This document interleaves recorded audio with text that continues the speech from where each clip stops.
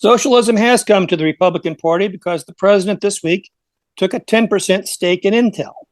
He also demanded a federal percentage of the chip exports to Asia and what he called the golden share when he approved the Japanese takeover of U.S. Steel.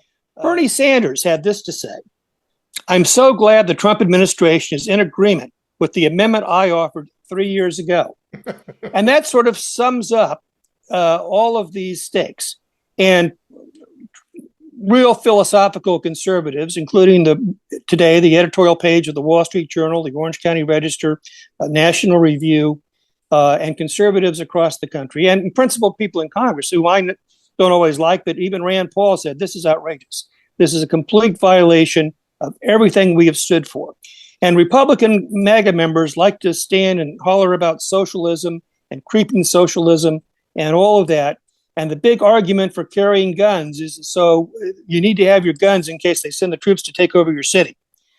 So there is a lot of confusion going on in MAGA world about whether we're socialists or not, about whether troops occupying American cities is good, and whether we should get our guns out and go meet them or not. So all of that sort of rhetoric is beginning to bollocks up on itself and create some real issues. And might play a part in the upcoming elections. Well, I think so, too. I think, if MAGA can't decide which side is socialist and which side is not, they may just not pick a side and go home. Yeah.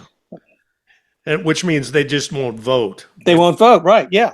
Yeah. And we've talked about those issues in past elections, too. People get fed up. They just don't vote.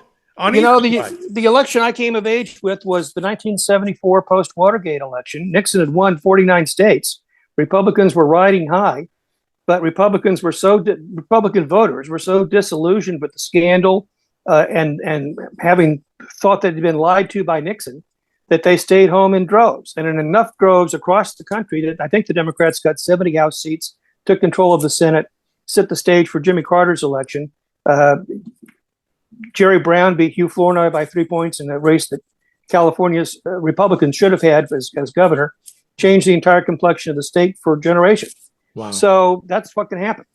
Yeah, what I love about having you on the show is you have an ingrained history of these sort of things that people lose as time goes on, and you add so much to what we talk about by putting it into a historical perspective. So I have to give you props for that, Keith. Well, thank you, Mike. When I can cite a 50-year-old election, I can do so often without fear of contradiction because nobody was alive then.